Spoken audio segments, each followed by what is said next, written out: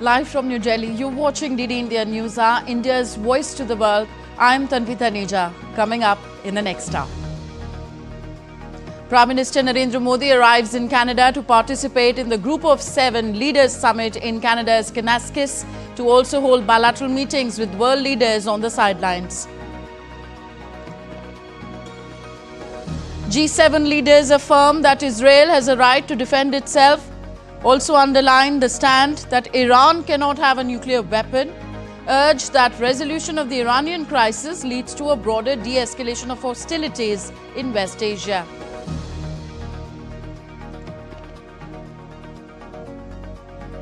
Leaders at G7 summit push Trump to back away from the trade war, say it poses risk to global economic stability. US and UK announce trade deal while Japan and US fail to reach an agreement. Israel and Iran trade deadly strikes for 5th day as the conflict continues to intensify. US President Donald Trump leaves the G7 summit early after issuing a warning for Tehran to evacuate immediately.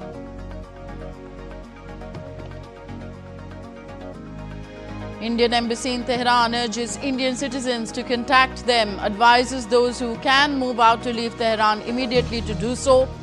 Ministry of External Affairs establishes 24/7 control room in New Delhi. Gujarat battered by heavy rains as India Meteorological Department issues a red alert for Saurashtra and Kutch regions. Forecast of heavy to extremely heavy rainfall in many states across India.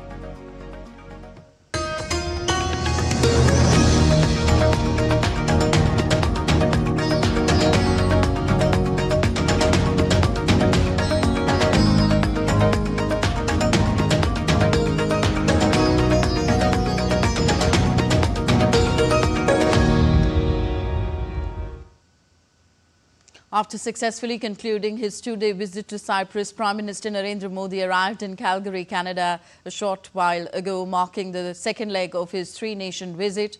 We know leaders from Britain, Canada, France, Germany, Italy, Japan and the United States, along with the European Union, have gathered in Kananaskis for the Group of 7 or G7 summit.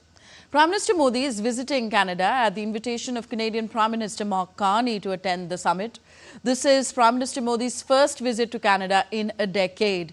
He is on a 4-day, 3-nation visit of Cyprus, Canada and Croatia. The Group of 7 nations expressed support for Israel and labelled its rival Iran as a source of instability in West Asia. In a statement issued late on Monday, the leaders called for peace and stability in the region. The joint statement backed by Trump, released by Canada, urged that the resolution of the Iranian crisis leads to a broader de-escalation of hostilities in the Middle East, including a ceasefire in Gaza. The statement also said that Israel has a right to defend itself and stressed the importance of protection of civilians as the growing attacks kill civilians on both sides. Britain, Canada, France, Germany, Italy, Japan and the United States also stated their conviction that Iran can never have a nuclear weapon. The air war between Iran and Israel, which began on Friday when Israel attacked Iran with airstrikes, has raised alarms in a region that had already been on edge since the start of Israel's military assault on Gaza in October 2023.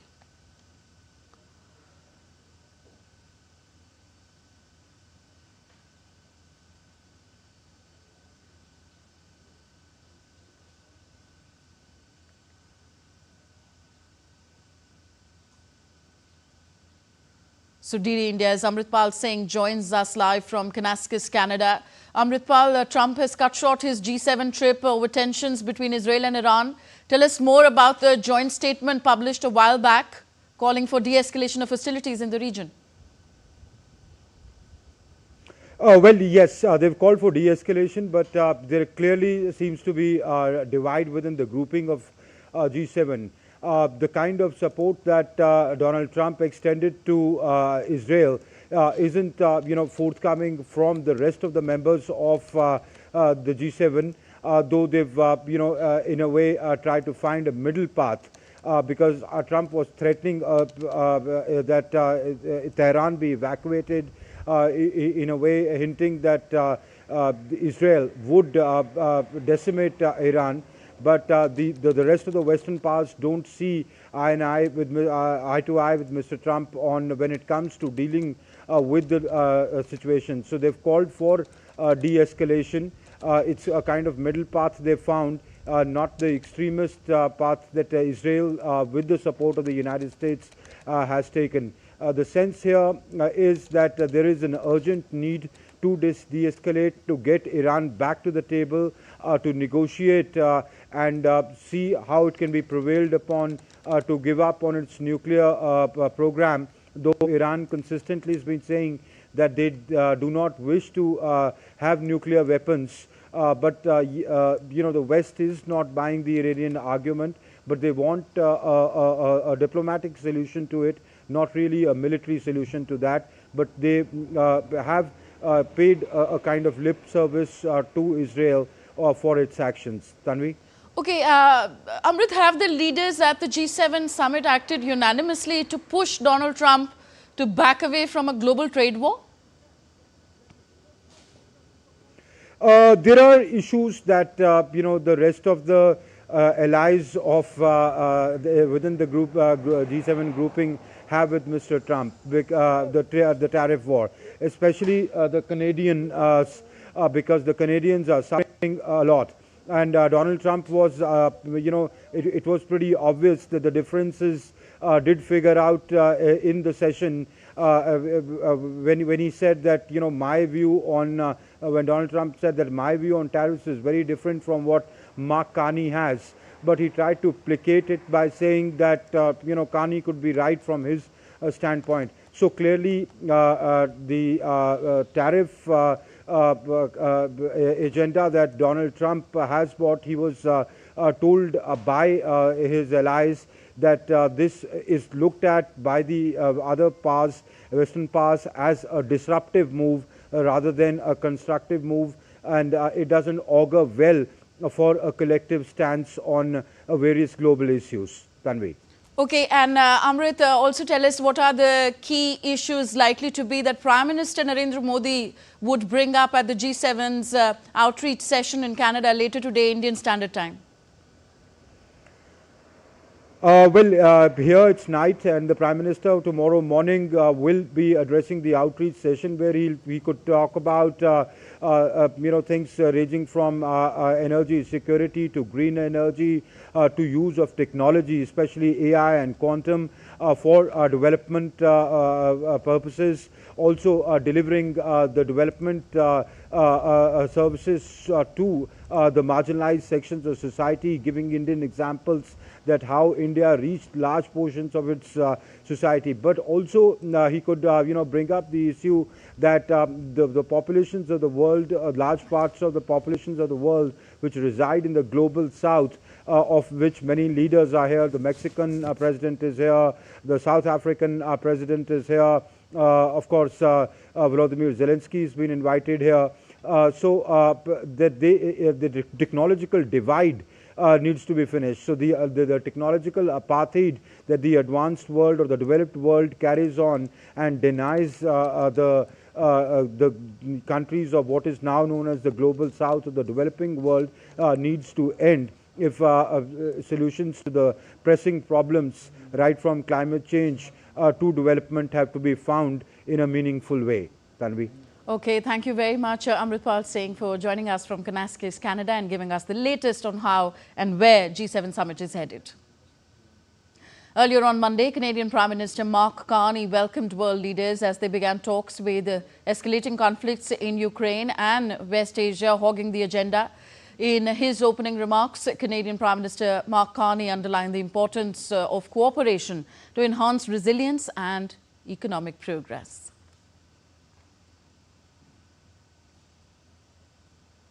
Nostalgia isn't a strategy. We have to change with the times and to build a better world. And some of you, such as you, Mr. President, have anticipated these massive changes and are taking bold measures to address them. All of us around this table are reinforcing our militaries and security services for the new world. But we all know that there can be no security without economic prosperity. and no prosperity without resilience. And in a world where shocks flow across the borders, that resilience comes from cooperation that starts around this table. The Group of Seven summit began in Canada on Monday. The world leaders were scrambled to contain the escalating conflict between Israel and Iran over Tehran's nuclear program.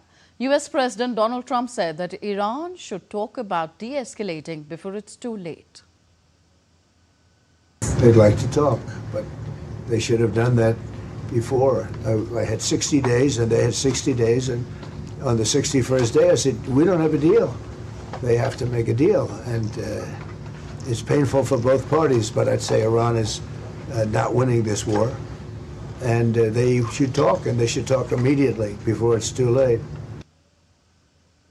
US President Donald Trump left the Group of Seven summit early as he hinted of greater involvement in the Israel-Iran conflict and warned Tehran residents to evacuate. At a group photo with fellow G7 leaders in the scenic mountain resort of Kanaskis, he underlined that he has to be back as soon as possible. But after hesitating at backing a joint statement on the crisis, Trump relented during a dinner at the forested lodge under the snow-capped mountains in Kanaskis. White House Press Secretary Caroline Leavitt said that Trump would attend the leaders' dinner before returning to the White House. The US president will miss a day of meetings that was expected to include discussions with the leaders of Ukraine and Mexico. He has repeatedly declined to say if the United States would participate in Israeli military action. The president, who has praised Israel's strikes despite his stated preference for diplomacy, said that Iran would be foolish not to agree to a negotiated settlement. US forces in the Middle East remain in a defensive posture, a White House spokesman stressed. Iran, since Trump pulled out of an earlier nuclear deal in 2018, has ramped up uranium enrichment, but not yet at levels to create an atomic bomb. Israel is widely known to have nuclear weapons, but does not acknowledge them publicly.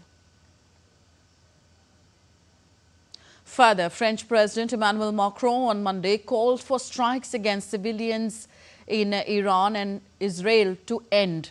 On the sidelines of the G7 summit, Macron urged Israel and Iran to stop attacks on civilians and cautioned that pursuing regime change in Iran would be a strategic mistake. Further, Macron said that US President Donald Trump had made an offer for a ceasefire between Israel and Iran, and nuclear talks with Iran could resume once a ceasefire is achieved. Écoutez, il y a deux choses. La première, le président s'est exprimé il y a quelques minutes pour dire qu'il y avait des discussions qui étaient en cours, ce qui est une bonne chose. Et donc, si les États-Unis d'Amérique peuvent obtenir un cessez-le-feu, c'est une très bonne chose. Et la France le soutiendra et nous le souhaitons. Ensuite, je dis, il est absolument essentiel que toutes les frappes de part et d'autre qui se font contre des infrastructures énergétiques, administratives, culturelles et encore plus contre la population civile cessent. Rien ne les justifie, rien. Et elles sont, elles, absolument intolérables. Et ensuite, dès que le cessez-le-feu sera obtenu, et je pense que les annonces qui ont été faites par le président Trump sont tout à fait positives et le rôle que les États-Unis d'Amérique auront à jouer est clé, les Français, à leur côté, les Britanniques et les Allemands sont disponibles pour reprendre des discussions sérieuses. Discussions que nous n'avons jamais cessées. Canadian Prime Minister Mark Carney and Japanese Prime Minister Shigeru Ishiba reaffirmed their nation's strategic partnership during the G7 summit in Kanaskis, Canada. The discussions focused on economic cooperation and geopolitical stability amid global uncertainties. Earlier, Ishiba met US President Donald Trump, urging Washington to lift tariffs on Japanese cars and other imports. Tokyo is seeking the removal of a 25% tariff on vehicles and a 24% reciprocal tariff currently paused until 9th July to safeguard its export-driven economy. Since assuming office on 3rd of June, South Korean President Lee Jae-myung has arrived in Canada for the G7 summit, marking his first diplomatic engagement. His office confirmed the ongoing coordination for bilateral discussions with attending leaders, with the possibility of trilateral talks involving Washington and Tokyo. Seoul and Washington are engaged in working-level tariff negotiations, vital for South Korea's trade-dependent economy. Additionally, Lee may hold talks with Ukrainian President Volodymyr Zelensky if he attends, as reported by Yonhap, highlighting South Korea's evolving global diplomatic strategy. Further, US President Donald Trump and UK Prime Minister Keir Starmer announced the finalization of a trade deal between the two countries at the G7 summit in Canada.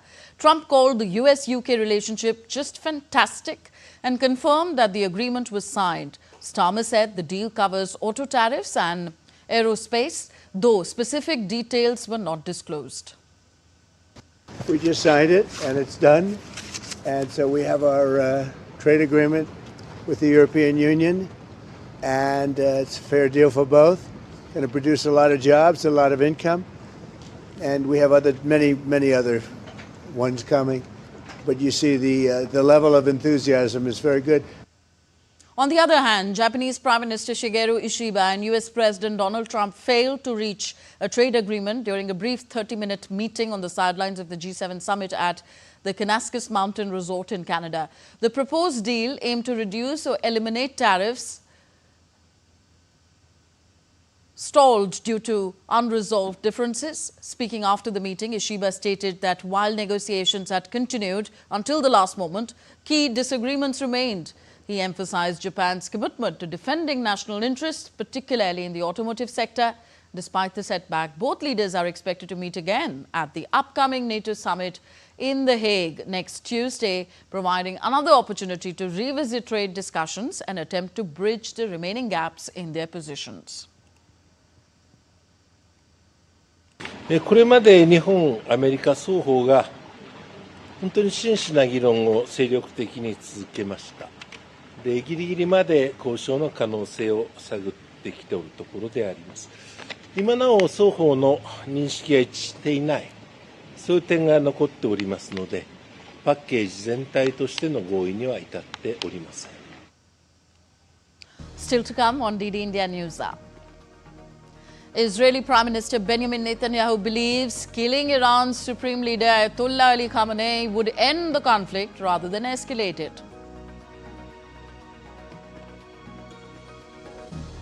Iran's state broadcaster in Tehran hit by Israeli strikes. Live broadcast cut off after a loud explosion. And Salvador Plasencia, doctor of Matthew Perry, agrees to plead guilty to 4 counts of illegal distribution of the drug ketamine.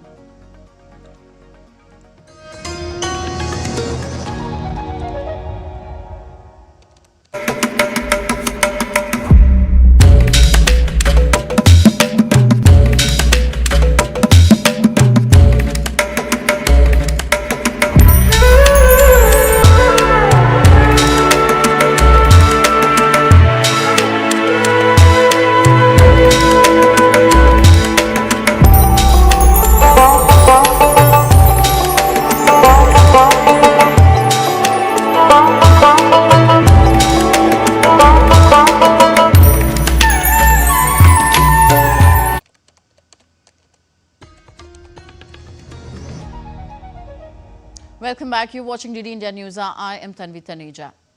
Israel and Iran traded attacks again on Tuesday, a 5th day of strikes in their most intense confrontation in history, fueling fears of a drawn-out conflict that could engulf the entire West Asia.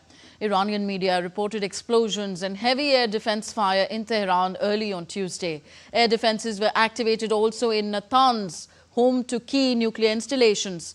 In Israel, air raid sirens wailed in Tel Aviv after midnight, and an explosion was heard as Iranian missiles targeted the country again.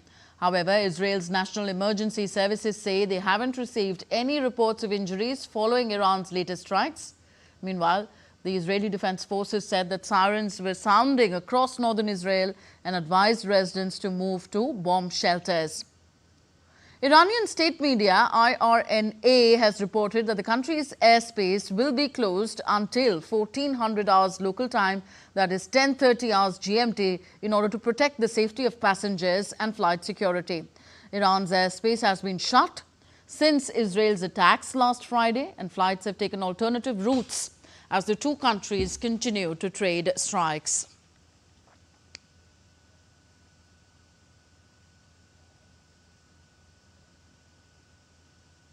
US President Donald Trump on Monday urged everyone to immediately evacuate Tehran and reiterated that Iran should have signed a nuclear deal with the United States. In a post on Truth Social, Trump said, and I quote him, "Iran should have signed the deal. I told them to sign. What a shame and waste of human life." Simply stated, Iran cannot have a nuclear weapon. I said it over and over again. Everyone should immediately evacuate Tehran. Meanwhile, heavy congestion was reported on the Karaj-Chalus road heading west from Tehran on Monday. Long lines of vehicles were stuck in gridlock with the brake lights of hundreds of cars visible in the direction of Karaj, a city located just west of Tehran. This comes amid rising tensions as Israel launched a surprise air attack that decimated much of Iran's military leadership and its top nuclear scientists. The conflict, now in its fifth day, has led to heightened security and unpredictable disruptions, with air raid sirens sounding in Tel Aviv after Iran launched missiles towards Israel.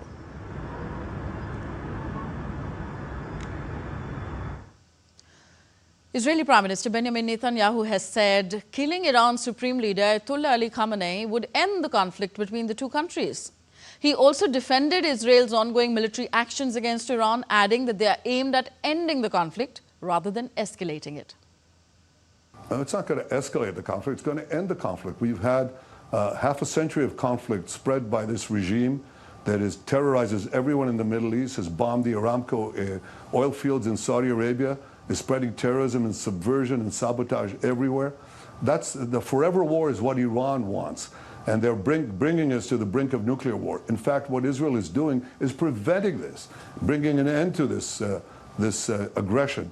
And we can only do so by standing up to the forces of evil. Look, democracies have had to learn this lesson. Deep inside Tehran, Iran's state broadcaster was hit by an Israeli strike on Monday. A senior correspondent of the broadcaster of the Islamic Republic of Iran Broadcasting was seen reporting outside the building, which was engulfed in flames and smokes. Speaking to the camera, Yunus Shadlau said that Israel would not achieve anything by this attack and that they will see worse. متجاوز به صدای حق و حقیقت است. آنچه که ملاحظه کردید، صدایی که شنیدید، فضای غبارآلود استودیو. So visuals showed the building on fire even as a live broadcast was cut off after a loud explosion. The Israeli strikes came after it warned hundreds of thousands of people in the middle of Tehran to evacuate. The warning came on the fourth day of the conflict between the regional foes.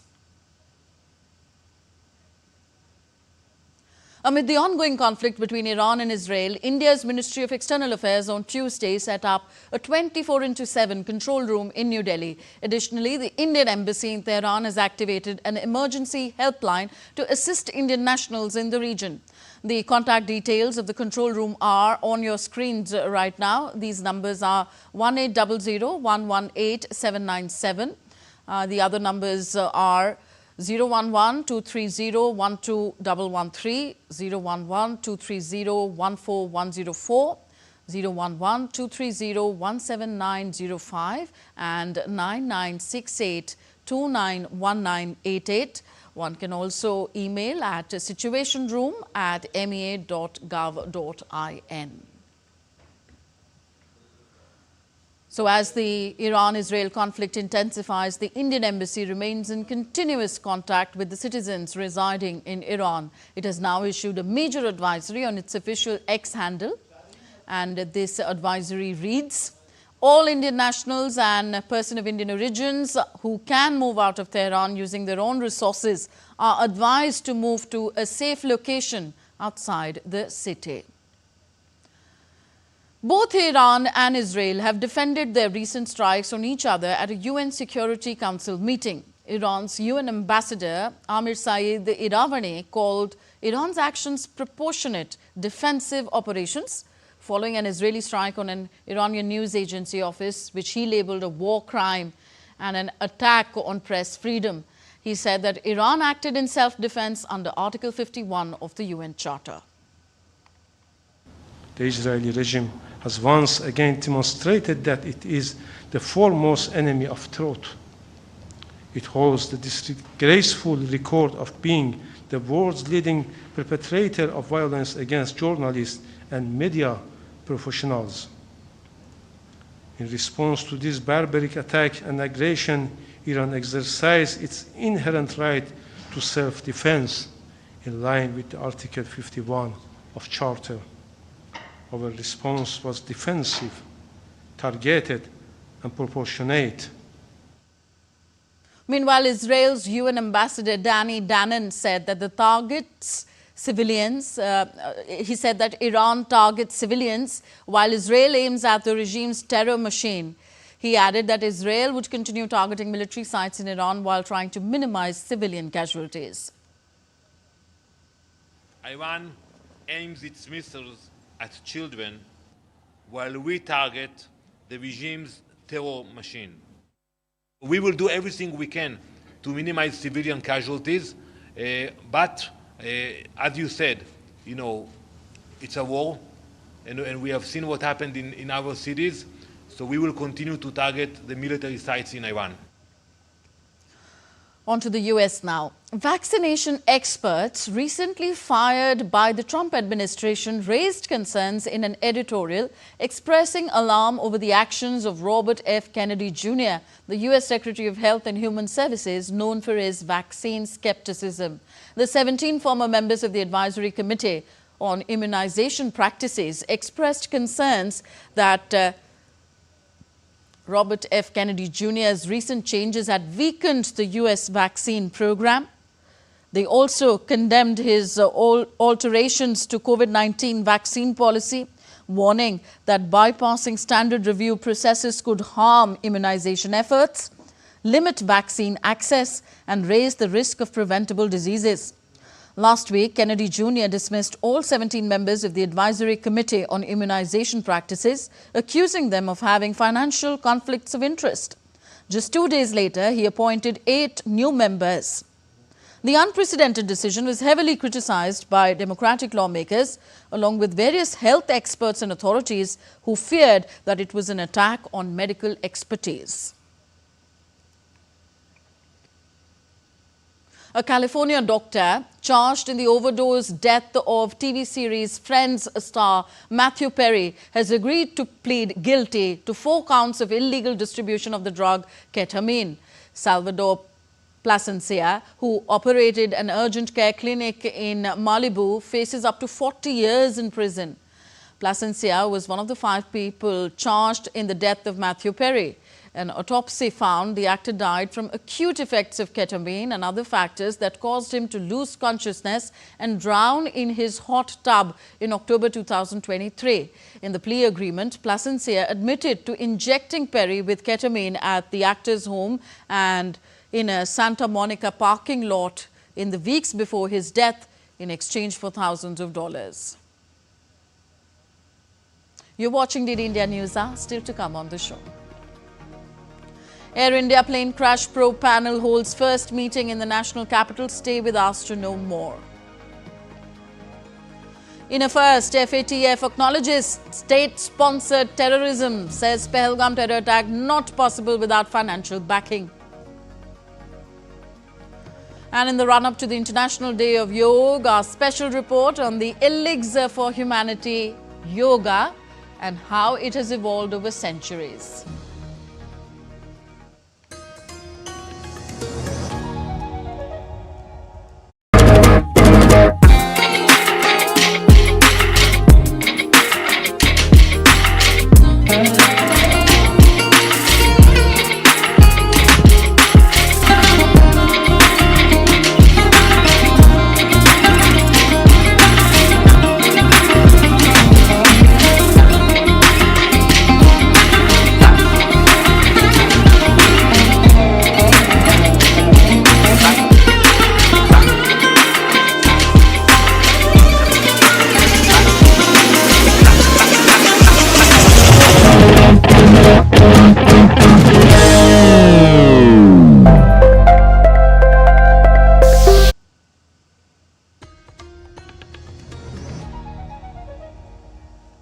You're watching DD India News Hour. I am Tanvi Taneja. Here's a relook at our top stories of this hour.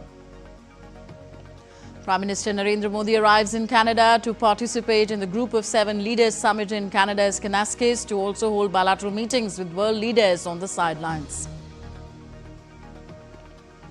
G7 leaders affirm that Israel has a right to defend itself. Also underline the stand that Iran cannot have a nuclear weapon. Urge that resolution of the Iranian crisis leads to a broader de-escalation of hostilities in West Asia. Leaders at the G7 summit push Trump to back away from his trade war, saying it poses risks to global economic stability.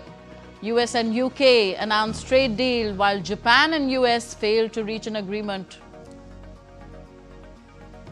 Israel and Iran trade deadly strikes for the 5th day as the conflict continues to intensify. US President Donald Trump leaves the G7 summit early after issuing a warning for Tehran to evacuate immediately. Indian Embassy in Tehran urges Indian citizens to contact them, advises those who can move out to leave Tehran immediately. Ministry of External Affairs establishes 24/7 control room in New Delhi. Gujarat battered by heavy rains as India Meteorological Department issues red alert for Saurashtra and Kutch regions. Forecast of heavy to extremely heavy rainfall in many states across India.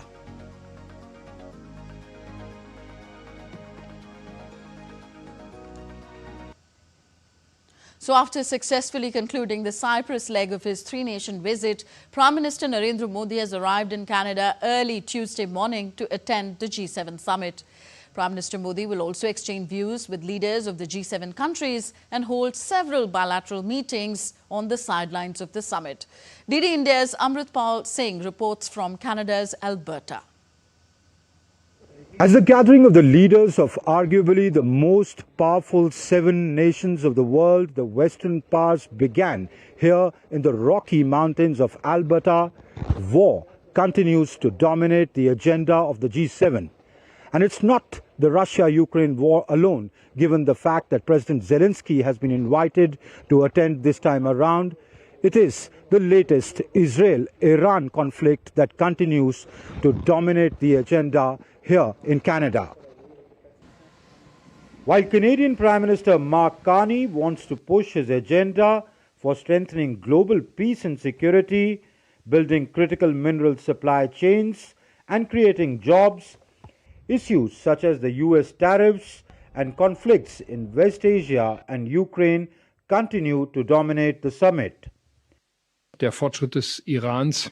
This issue, Iran-Israel conflict, will be very high on the agenda of the G7 summit. Freitag militärische Ziele. And this is an issue on which there are deep divisions within the grouping on how the conflict should be brought to an end.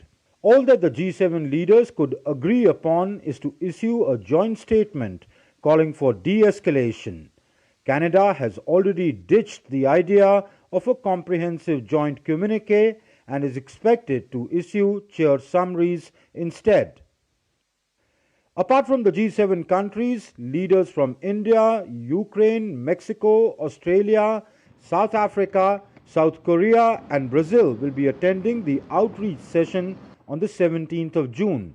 Prime Minister Modi will be arriving on the evening of June 16th Canadian time, marking the second leg of his 3-nation tour after Cyprus. He will exchange views with the leaders of G7 countries, other invited outreach countries, and the heads of international organizations at the summit on crucial global issues, including energy security, technology and innovation, particularly the AI energy nexus and quantum-related issues. This is the 6th consecutive time that India has been invited as a G7 guest country, which speaks for itself about India's importance in the world. There will be discussions on the sidelines within the G7 and also on the sidelines with all the invitee countries, with the G7 countries, especially on topics of energy security, innovation, emerging technologies, quantum, AI. things which affect all of us today. The Prime Minister will also hold several bilateral meetings on the sidelines of the summit. Apart from India's participation in the outreach session of the G7, Prime Minister Modi's bilateral engagements with world leaders would be significant, especially the one with Mark Carney, which could well prove to be an opportunity to reset the ties between the two nations. With cameraman N.A. Sivakumar, this is Amritpal Singh for DD India in Alberta, Canada. Updates next on the Ahmedabad plane crash. The first meeting of the high-level committee set up by the government to investigate the tragic plane crash was held in New Delhi on Monday. The committee was chaired by the Union Home Secretary Govind Mohan. The members of the high-level multidisciplinary committee, including Secretary Ministry of Civil Aviation, senior officials from the Home Ministry, officials of the Home Department and State Disaster Response Authority of Gujarat, Police Commissioner of Ahmedabad, Director General of Inspection and Safety in the Indian Air Force and the Director General of Bureau of Civil Aviation Security also attended the meeting. The panel will submit its report within 3 months, which is expected to focus on formulating standard operating procedures for preventing such occurrences in the future. A separate investigation is also being carried out by the Aircraft Accident Investigation Bureau, which is looking into the technical aspects of the crash. Air India's Boeing 7878 Dreamliner aircraft operating a flight from Ahmedabad to London Gatwick crashed soon after takeoff last week. Only one person survived out of the 242 people on board the plane.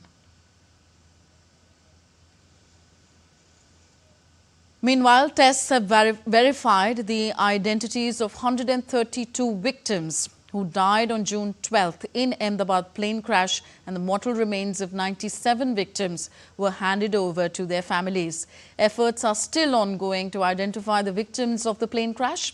The testing is being done by teams from the FSL and National Forensic Sciences University. The Gujarat government coordinated closely with the civil hospital to ensure smooth communication between officials and victims' families. Further, a memorial ceremony was held by the Indian High Commission in London to honour the victims of the Air India AI-171 crash. Dignitaries including India's ambassador to the UK, Vikram Doraiswamy, and UK Deputy Prime Minister Angela Rayner joined diaspora members to pay tribute to the departed souls. Joining in the remembrance, UK Member of Parliament Bob Blackman also attended a special prayer service at the Haridham congregation with worshippers of the Yogi Divine Society, offering prayers for the victims of the tragic crash. The Financial Action Task Force, FATF, has condemned the Pahalgam terror attack, saying the attack could not have occurred without financial backing. The global watchdog in a statement said that the Pahalgam attack and other recent attacks could not have happened without money and means to move funds between terrorist supporters. The FATF reaffirmed its support to over 200 jurisdictions within its global network to build and enhance their counter-financing of terrorism measures. It will soon release a comprehensive analysis of terrorist financing, compiling cases provided by the global network. FATF President Elisa de Anda Madrazo had recently emphasized that no single company, authority or country can combat the challenge of terrorism by itself, and the world must be united against the scourge of global terrorism. This is the first time that state-sponsored terrorism is being acknowledged by FATF as a funding source. Weather news now. India Meteorological Department forecasts heavy to extremely heavy rainfall in many states across India. States in South Peninsular India are set to experience widespread moderate to heavy rainfall. Orange alert has been issued for the states of Rajasthan, West Bengal, Odisha, Maharashtra, East Uttar Pradesh, Jharkhand and Bihar, Kerala and the Konkan regions, Madhya Pradesh, Chhattisgarh. Rains will also lash parts of Tamil Nadu, Puducherry, Karaikal, Kerala, Mahe, Lakshadweep, Karnataka, coastal Andhra Pradesh and Yanam, Rayalaseema, Telangana till 20th of June. Heavy rain lashed over 221 districts of Gujarat in the past 24 hours, with the highest rainfall recorded in Saurashtra and South Gujarat. Bringing rain of 14.6 inches in Gadda Botad, Chief Minister of Gujarat, Bhupendra Patel, instructed district collectors to take steps to ensure the safety of citizens' lives and property. Trains in the Bhavnagar division were cancelled due to torrential weather.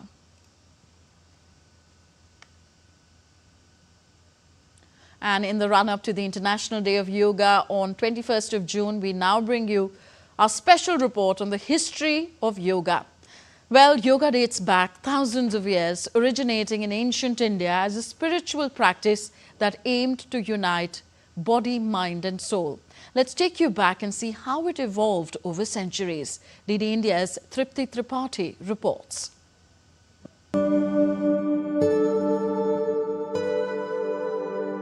Yoga, a timeless gift from India to the world. Rooted in the Sanskrit word yuj, meaning to unite, yoga is more than just physical exercise. It's a science of inner transformation. Its origins trace back over 5,000 years to the Indus Saraswati civilization. In yogic lore, Lord Shiva is hailed as the first yogi, Adi Yogi, who shared his profound knowledge with the Saptarishis on the banks of Lake Kanti Sarovar.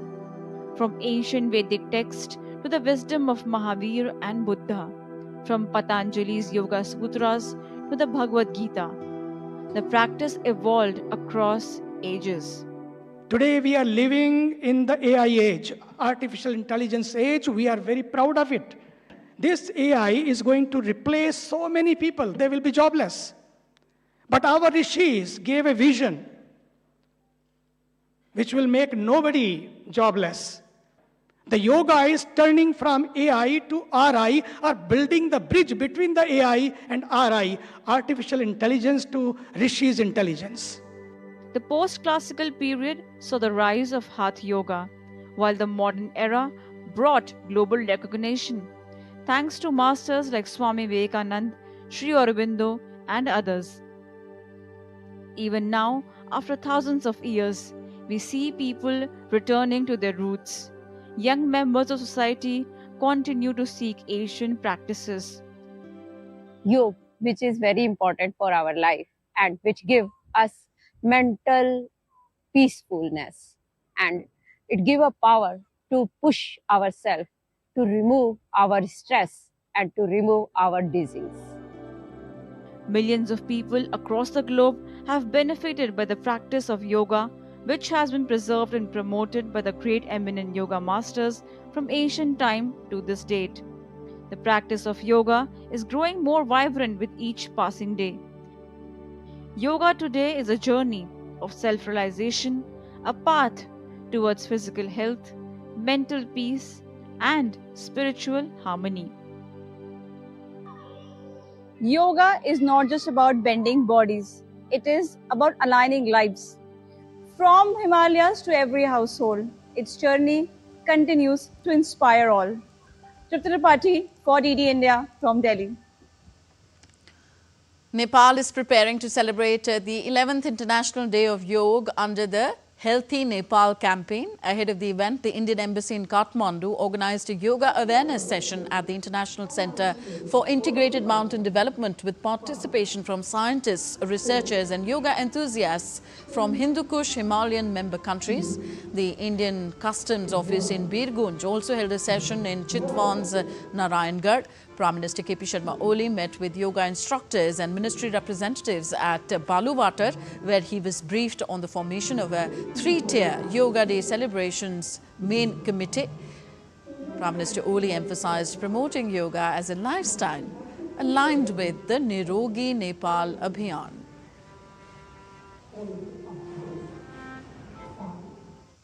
Yoga has become increasingly popular in Spain, with many people embracing it for its physical, mental and spiritual benefits. Spain ranks among the top European countries in yoga's popularity thanks to its beautiful landscapes, wellness, culture and growing number of yoga retreats and studios. Our correspondent Atman Sandhu gets us this report. The journey of yoga in Spain began to rise significantly in the late 20th century, fueled by Indian gurus traveling through Europe and the translation of yogic texts into Spanish. Over the last 2 decades, yoga schools rooted in classical Indian traditions like Hatha and Ashtanga have flourished alongside contemporary Western adaptations such as aerial yoga and vinyasa flow. I opened the studio of yoga 4 years ago to create a bit of presence for our Madrid yogis here. The studio is all about finding your inner peace, and that's the main thing I myself find through the practice. In the last 10 years, I've seen how popular yoga is in Spain. Today, Spain has the highest population of people performing yoga daily. And I find it incredible the response that we get from the people in yoga in Spain. Today, Spain boasts more than 1,500 yoga studios and thousands of certified instructors. Indian diplomatic missions and cultural centers, especially the Embassy of India in Madrid, have played a crucial role in fostering awareness through events, workshops, and the International Day of Yoga, which draws thousands in cities across the country. I'm very proud to see how yoga has been received in Spain, having been celebrated in our royal palace in a huge way for the last 10 years.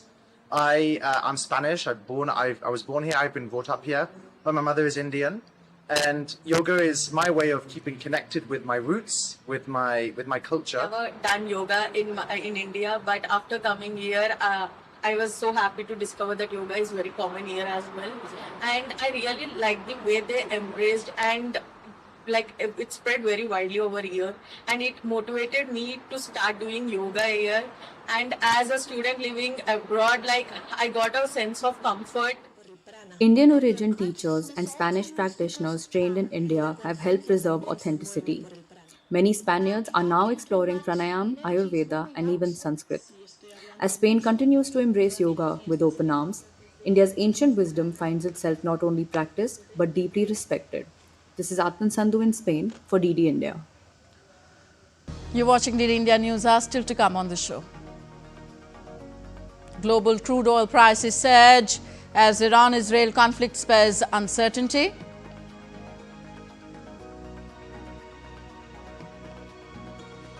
And Taylor Fritz surpasses Novak Djokovic to claim the 4th spot in the latest ATP rankings. That's Jana Maria jumps to 43rd spot after a stupendous show at the Queen's Club Championships.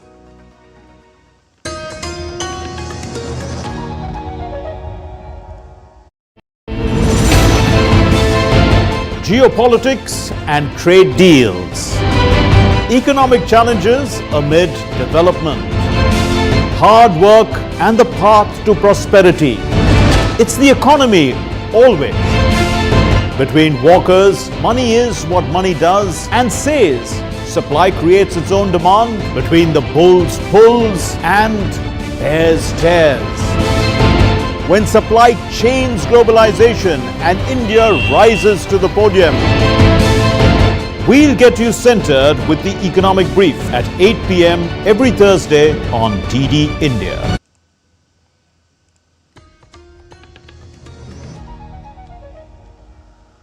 You're watching DD India News. I am Tanvi Taneja. On to business news now. First, from the global energy market. Oil prices jumped on Tuesday, driven by rising conflict between Israel and Iran. Oil prices surged by nearly 2% on Tuesday before easing off slightly, but the remarks kept investors nervous, with warnings that further escalation of the crisis could cause prices to spike once more. After Friday's spike following Israel's strike on Iran, crude oil prices dropped slightly on Monday as traders anticipated that the conflict wouldn't spread and key oil sites remained unharmed. However, prices rebounded after Trump called for the evacuation of Tehran. Meanwhile, stocks mostly rose in Asian trade, with Tokyo, Sydney, Seoul, Singapore and Taipei leading gains, though Shanghai and Hong Kong stock markets struggled. The Bank of Japan left interest rates unchanged on Tuesday and announced plans to slow the pace of its government bond purchase reduction. The central bank, which started raising borrowing costs last year as it shifted away from its ultra-loose monetary stance, confirmed that its key interest rate will stay at approximately 0.5%. You're watching DD India News Hour. Time now for some sporting action. New Zealand women's captain Sophie Devine has announced that she will retire from ODIs after this year's Cricket World Cup in India, stating it was the right time to start stepping away. She made the announcement a day before New Zealand cricket will unveil a 17-player women's central contract list in which she will not be there. Devine, who has been the captain since 2020, led New Zealand to the T20 World Cup victory last year in Dubai. She has played 152 ODIs and 146 T20s for the White Ferns. Having made her ODI debut in 2006 against Australia, she has 3,990 runs to her name in the format at an average of 31.66. In shooting, India powered itself to a commendable third-place finish at the recently concluded World Cup in Munich, which is one of the most prestigious and challenging tournaments on the ISSF's annual calendar. The tournament saw India register its third top-3 finish this year in 4 World Cups with 2 gold and 2 bronze medals. Rising women's pistol star Suruchi Singh won an unprecedented third consecutive individual gold in women's 10-meter air pistol. The other highlight was Arya Bose and Olympian Arjun Babuta's win of the Chinese world record holders Sheng Liahao and Wang Zaifei. Meanwhile, two-time Olympian Alavanil Valarivan and world record holder Siftkumar Samra also reinforced their status as world-class shooters with their bronze-winning performances in Munich. And in tennis, Taylor Fritz has surpassed Novak Djokovic to claim the 4th spot in the latest ATP rankings on Monday. The jump in rank comes after his latest triumph at the Stuttgart Open against Alexander Zverev. The 27-year-old American had reached the same position last November but slipped in the rankings during the clay court season. He now trails only the unchanged top trio of Jannik Sinner, Carlos Alcaraz and Alexander Zverev. Meanwhile, Tatjana Maria jumped 43 places to reach a 43 spot in the latest WTA rankings. This comes a day after completing her fairy tale run at the Queen's Club Championships. The 37-year-old became the oldest winner of a WTA 500 event after she defeated America's Amanda Anisimova in the final. And in football, Paris Saint-Germain returned to the training pitch at their team-based camp in California after having earned a statement win over Atletico Madrid in their Club World Cup opener. PSG picked up right where they left off since winning the Champions League last month, scoring a blockbuster 4-0 rout over Diego Simeone's side. Despite being without injured Ballon d'Or favourite Ousmane Dembele, the young team saw goals from 4 different players: Fabian Ruiz, Vitinha substitute Seni Mayulu and Lee Kang scored for PSG to round off the scoring. The Parisians will now face Brazil's Botafogo on Thursday before closing out the group stage against MLS's Seattle Sounders on 23rd of June. And that's all for this edition of DD India News Hour. Do let us know your thoughts on the news of the day. Connect with us on our different mobile, social media and digital platforms at DD India Live. And for those on the go, you can also download our DD India mobile app for quick news and updates from India and the world. We'll be back with more news as it breaks here on DD India. I'm Tanvi Taneja from all of us here in New Delhi. Thank you for watching. Namaskar.